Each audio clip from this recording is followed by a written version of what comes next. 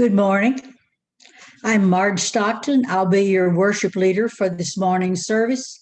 I'll be getting some help as well from Cindy Duhigg in Ruby Hill. During the service, we recommend you set your Zoom screen to speaker view. This is Common Ground, our celebration of worship for people of many paths who are gathering virtually to share in the responsible search for meaning and truth. Pathways is a warm and open community where all who come with open minds and kind hearts are welcome, regardless of ability, age, race, gender identity, or sexual orientation. If you're visiting with us today, we welcome you to our virtual service and hope you'll visit us in person when we can be together again. Please feel free to introduce yourself in the chat, to send us a note about your visit, or ask for more information from Pathways. Email pathways at office@pathwaysuu.org.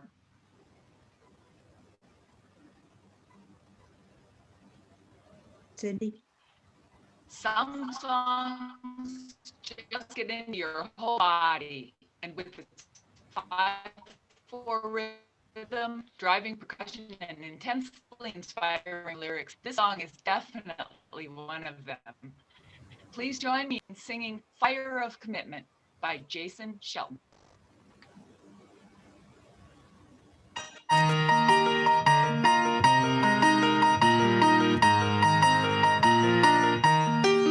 From the light of days remembered burns a beacon bright and clear, guiding hands and hearts and spirits into faith set free from fear. When the fire of commitment sets our mind and soul ablaze, when our hunger and our passion meet to call us on our way, when we live with deep assurance of the flame that burns within, then our promise finds fulfillment and our future can begin.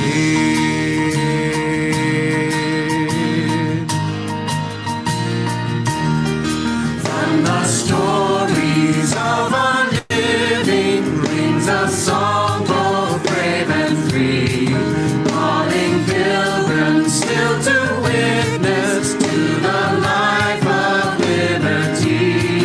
When the fire of commitment sets our mind and soul ablaze, when our hunger and our passion need to call us on our way, when we live with deep assurance of the flame that burns within, then our promise finds fulfillment and our future can begin.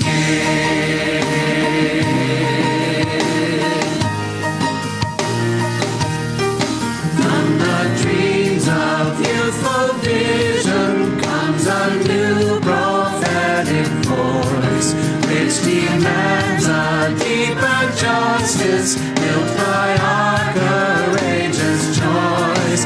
When the fire of commitment sets our mind and soul ablaze, when our hunger and our passion need to call us on our way, when we live with deep assurance of the flame that burns within, then our promise finds fulfillment and our future can begin.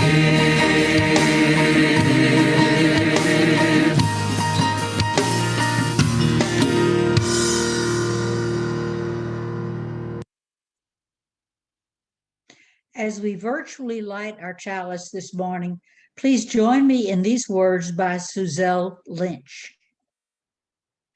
Each time we light the chalice, we renew our commitment to our Unitarian Universalist faith. With the spark of a match, we make it new again, as fresh and surprising as the first day we encountered this spiritual community and realized we were home. I invite you now to join in a renewal of our sacred promises. Love is the doctrine of this church. The quest for truth is its sacrament, and service is its prayer. To dwell together in peace, to seek knowledge and freedom, to serve human need to the end that all souls shall grow in harmony with the divine. Thus do we covenant with each other. Our call to worship is Toward a Place of Wholeness by Viola Abbott, delivered for us by Ruby Hill. We are Unitarian Universalist. When we lift up our 7 principles, some of us think of them as a form of theology, but they are more important to our collective than that. They do not tell us what we should believe. They tell us how we should be. They tell us how we should act in the larger world and with each other.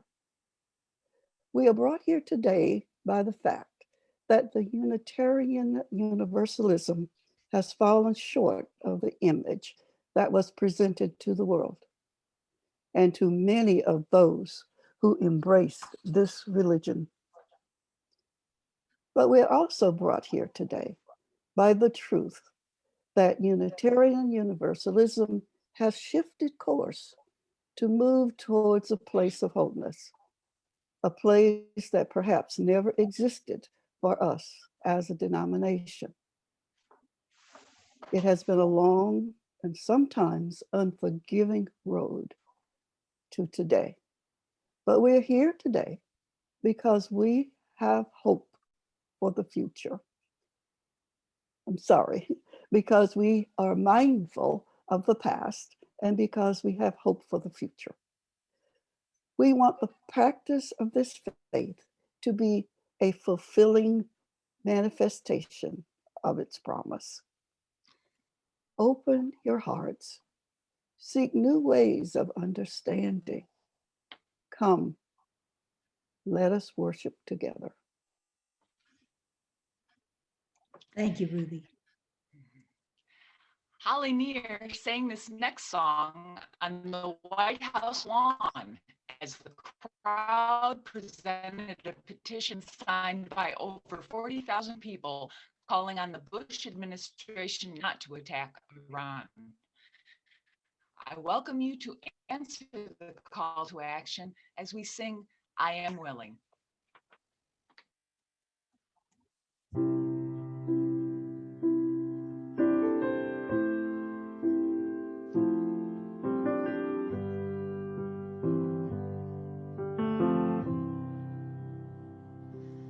I am open and I am willing, for to be hopeless would seem so strange.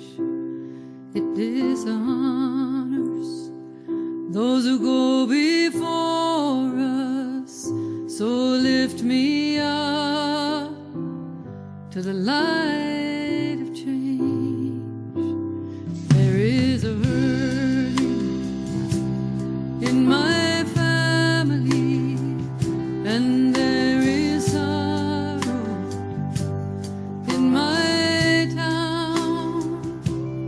There is a panic all across the nation, and there is wailing the whole world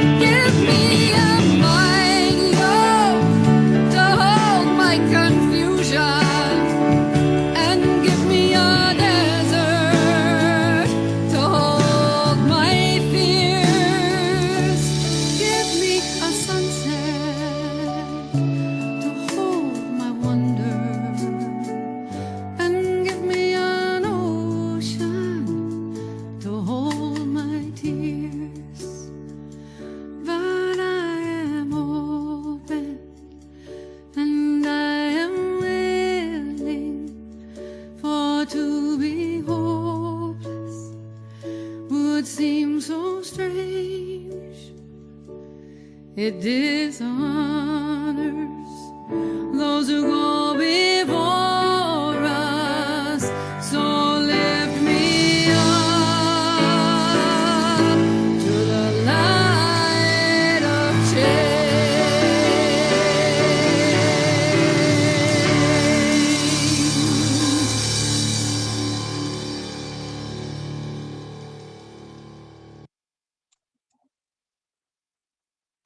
Our speaker today is Puck Glass. Puck is a second-year student at Bright Divinity School, pursuing a master's in divinity, and is a Walker Preaching Scholar, which I hear is quite an honor. Originally from Massachusetts, they have enjoyed living in various places across the country while pursuing degrees in music education, music therapy, and music performance, but are excited to have finally made their way south where it's much warmer. Puck loves school from the perspective of both educator and student, but is grateful to be a current student. In their spare time, Puck enjoys backpacking, herbal tea, cuddles with their cats, and reading. And now we welcome Puck Glass to our virtual pulpit. Good morning, and thank you, Marge, for the welcome and all the communications leading to this point. I'm delighted to be worshiping as part of this community, and I appreciate the warm welcome. Even across this Zoom divide, your presence is felt. I'd like to invite you into a place of exploration today. I may not be leaving you with any answers. Maybe only you can find these for yourself. In my first semester of graduate school, I was given a single sheet of paper describing the commitment I would be making to both the English language and my professor by nature of enrolling in his course. The page was entitled 30 Commandments for Writing Vigorous English, Brought Down the Mountain and Offered to the Faithful by Michael J. Buds. May his memory be a blessing. These commandments described the writing expectations for passing his class and included commandments such as, thou shalt not use cliches, thou shalt not dangle modifiers, and thou shalt not use purple prose.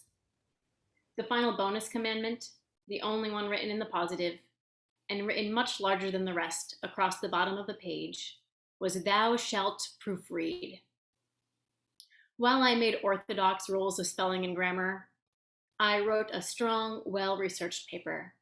I thought creatively, pushed the boundaries of what I thought was possible, and still managed to mostly commit to those 30 commandments. Rules help us navigate expectations, create boundaries, and establish norms. But rules can also help us explore. Patty Dye, an author who writes about living a creative life, suggests that when we are beginning to invite the creative, we limit the means. She knows that everyone is creative. Sitting in front of paints and oil pastels, crayons and colored pencils with several choices for writing surfaces can be limiting or overwhelming. Instead, she says, take out a stack of 3x5 index cards and a single pen, and use that. And only when you are comfortable with all the pen can do on a simple 3x5 should you add just one new option, a new pen, a crayon, a pair of scissors. She sets out to make a set of rules that allow her freedom. We use these style of rules in beginning improvisation for music too. How much music can be made on just a single pitch using rhythm, space, reverberation for creation? In fact, there's a jazz standard called the one-note samba, which encourages improvisation on a single note. When that pitch has been explored by the beginning improviser, then maybe the octave is added, or a 2-note or a 3-note option. Beautiful things arise even for those people who do not think they have a musical bone in their body, who are not creative enough, when some simple rules are imposed. Yet rules are often seen as limiting. Don't do this. You must do that. Follow the speed limit. Pay your taxes. Don't cheat or lie or steal. This plays out in a way that makes us think that rules are unwelcome impositions. Take, for example, this poem by Kate Wakeling from Moon Juice, entitled The Instructions. Number 1, how to spot the instructions. The instructions come in all shapes and sizes. They are often found in and around tall buildings with statues of lions outside, faces with an angry expression, faces with a smile seen only in the mouth, but crucially not in the eyes. Number 2, the other instructions. There are plenty of other sorts of instructions, which can of course be useful. For example, try not to insert any part of your body into this pond, for it contains an irritated crocodile. For best results, keep both eyes open while landing this lopsided helicopter. Do not, under any circumstances, eat the angry man's sandwich. Number 3, what the instructions want. You see, the instructions aren't here to help you. They want to help somebody or something else. The instructions say things like, no one's ever done that before. It can't be a good idea. Please do the same thing all the other people over there are doing. Hear that person talking in the particularly loud voice? They must definitely be right. Number 4, if you follow the instructions, it is unlikely that anyone will ever be very cross with you. If you follow the instructions, you are guaranteed to feel neat and tidy, but also a little bit short of breath. Number 5, if you don't follow the instructions, you will likely face some tricky moments. Apologies for this. However, there is also a good chance that something strange, exciting, remarkable, unexpected, slightly frightening, but brightly colored will happen. Number 6, the choice is yours. Before continuing, I must say that I am a rule follower, usually to the letter.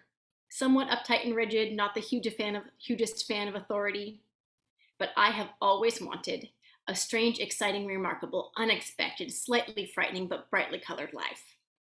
Maybe some of you can identify with this. The instructions are clear, usually not all that difficult to follow, intended for the good of society, and taught to us from the youngest of ages.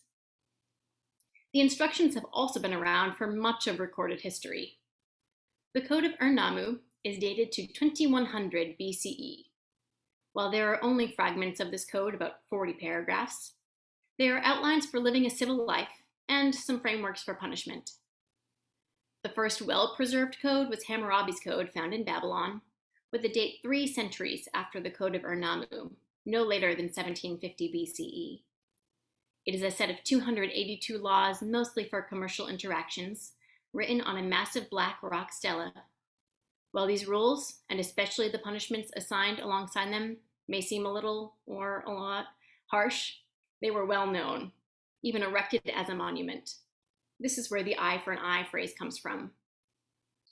While this document is harsh, though, in some troubling ways, it is also the first recorded example, of an established minimum wage. How much did the instructions inhibit a strange, exciting, remarkable, unexpected, slightly frightening, but brightly colored life? Who says following the rules has to be boring?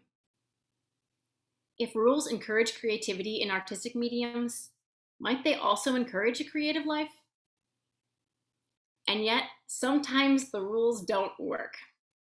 Sometimes they target people from various backgrounds, work in favor of people of different social classes, positions, races, academic levels, sexual orientations, gender identities, or abilities. What do we do with these rules? We just learned that 4,000 years ago, ancient societies agreed on a livable minimum wage. 4,000 years. Centuries ago in this country, it was established that everyone should have the right to vote. But we see that always long overdue changes that have needed to occur to make that reality possible, and is still contentious today. Which instructions are the ones we don't follow? Which rules need changing? Is waiting for policy enough? Last year I went to the borderlands of Arizona, to a small town called Arivoca. This town has been troubled by both the migrant crisis and by Border Patrol. This town has one restaurant, and outside hangs a sign that Border Patrol is not welcome. Migrants were costing farmers thousands of dollars as they cut or destroyed fences to pass through, which allowed animals to escape. Or they turned on water to get a much needed drink, and forgetting to turn it off, let the well run dry. These challenges could cost a farmer upwards of $35,000 for each occurrence. Calling Border Patrol was equally unhelpful too. Border Patrol could also cut fences, drive across crops, and was frequently pulling over citizens of the town, while 8% is non-white, 80% of the stops were persons of color. There was clearly law surrounding the migrant crisis, but when the rules didn't work, what are the options? The citizens of Arivoca came to an unwritten understanding with help from a local nonprofit. They decided that whatever their political alignment is, no one deserves to die in the desert, but that they cannot continue to spend money because of either the migrant crisis or the border patrol, and that there is also law that needs to be factored into their solution. And they found a solution that works for them: new unwritten commitments. Fences built or rebuilt that have ladders installed throughout them, so a migrant does not need to ruin them. Water access is given by means of foot-activated spouts that turn off when they are no longer depressed. Solutions that have saved thousands of dollars while preserving life. Border Patrol is called in life or death situations. Citizens of the town can take free Spanish classes in the dialect most often encountered, and are offered free basic medical training to determine what condition a migrant is in and whether food, water, and rest will be enough to preserve life, or if more intervention is needed. These are not the rules in the rule book, but if rules are instituted for the good of the community, then shouldn't the entire community have a say? Follow the instructions, break the rules. Can these both be right and just? The second reading for today may provide some insight. This is a poem by an American novelist, Neil Gaiman, called Instructions. This poem has beautiful imagery, and if you feel so inclined, I invite you to close your eyes and imagine this story. Touch the wooden gate in the wall you never saw before. Say please before you open the latch. Go through, walk down the path.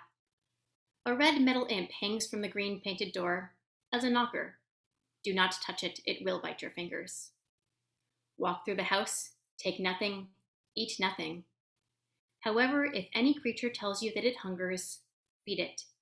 If it tells you that it is dirty, clean it.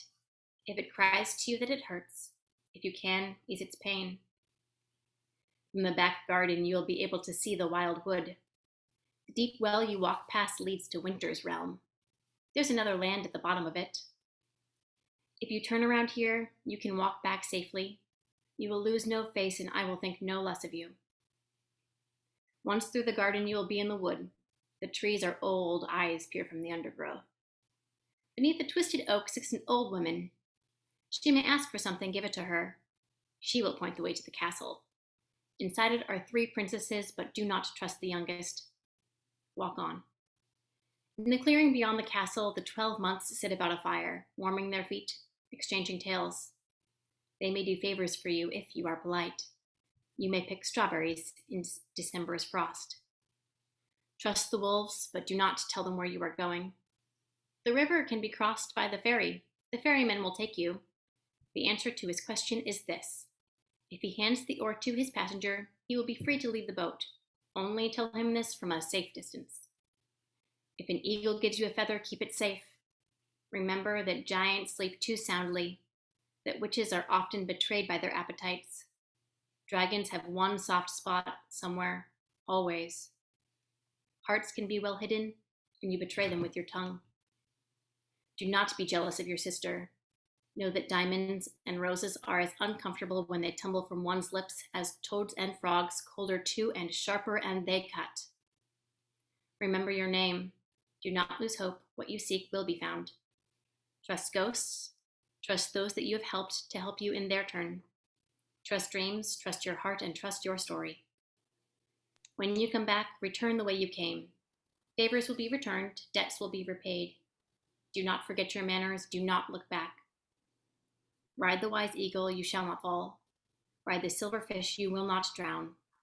Ride the gray wolf, hold tightly to his fur. There is a worm at the heart of the tower. That is why it will not stand. When you reach the little house, the place your journey started, You will recognize it, although it will seem much smaller than you remember. Walk up the path and through the garden gate you never saw before but once, and then go home, or make a home, or rest. Neil Gaiman describes this poem as a set of instructions for if you are lost in a fairy tale. I have never been lost in a fairy tale, so I am unsure if it is true. If any of you have, I'd love to hear your experience. But I have been lost in life, an experience I'd venture to say that many of us have known in one way or another.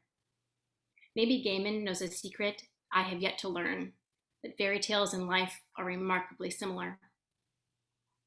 This poem speaks of instructions by way of rules, commitments that must be made to navigate this adventurous world, who to trust and maybe more importantly, who not to trust, how to interact with your surroundings, rules for safety, and rules of compassion. And yet, doesn't this poem describe a strange, exciting, remarkable, unexpected, slightly frightening, but brightly colored life? The poem itself, the story, is only a set of instructions, but is an extraordinary journey. Maybe it is the places in which we find the rules we live by that makes our story, the willingness to open the gate.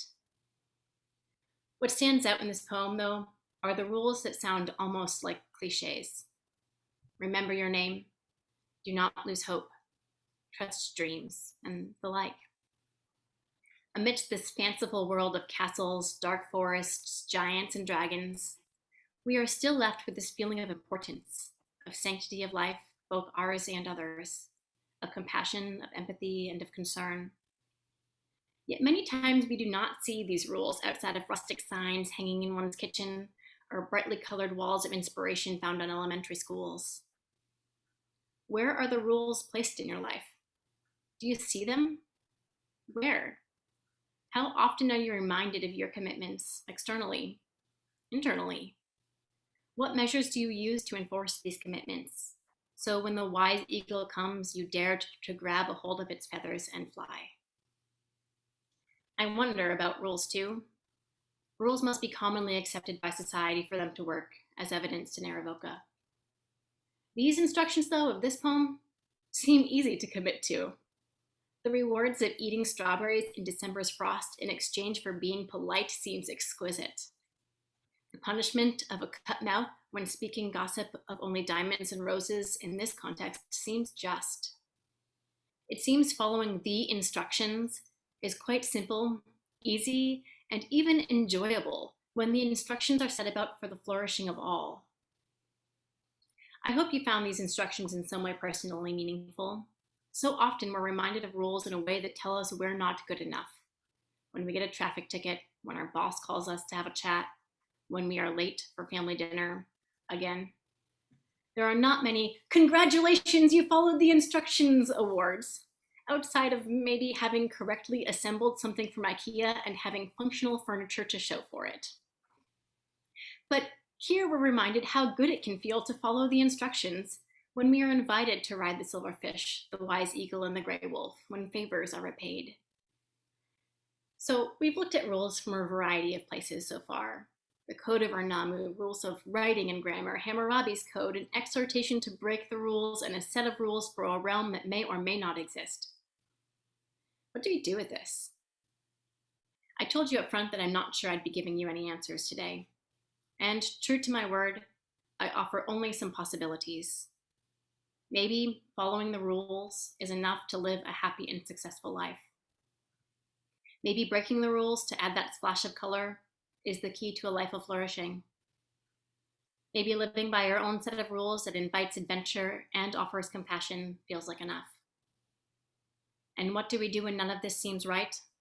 When the rules we are abiding by do not allow for the flourishing of our lives or the flourishing of those we are in community with? Do we continue to stand by those commitments? So I leave you asking only that you examine the commitments you have made and the rules you follow in the many dimensions of your life. And when those rules do not seem to fit your system of values, that you sit yourself down and make a commitment to break the rules to fight for change, or make new ones, or to remove yourself from that system. A bad law is no law.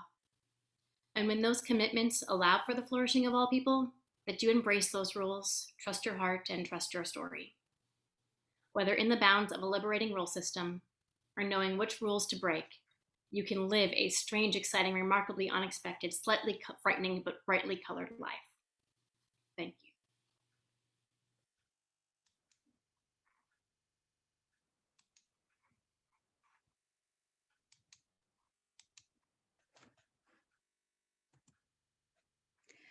Thank you so much. But, excuse me.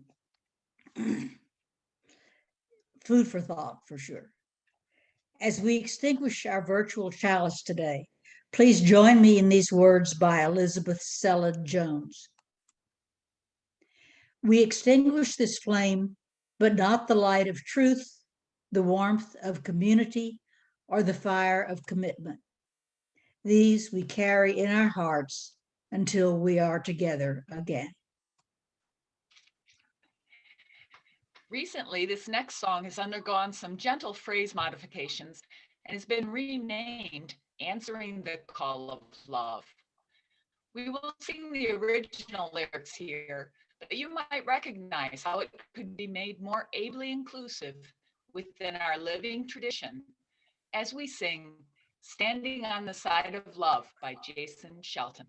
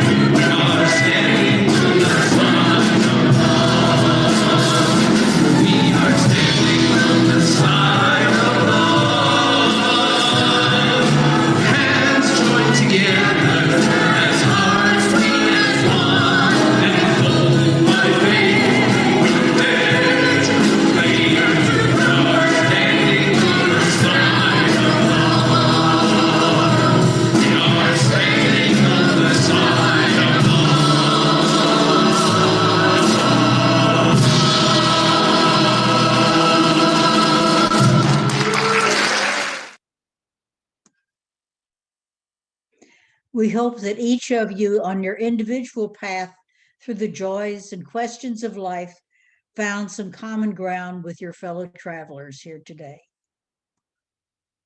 Now we welcome back Puck to provide our benediction. As we leave this space, we are reminded that we are a part of this world, to bring about and to find the good, to hold each other and ourselves gently, to examine the spaces we occupy, to hold our values and our virtues close to our hearts, and to embody the best versions of ourselves. Let us be open to examining all the spaces in our lives, looking for the truth, justice, wisdom, and grace. May we, in search of and striving towards life, find strange, exciting, remarkable, unexpected, slightly frightening, but brightly colored moments, and endeavor to create them for others.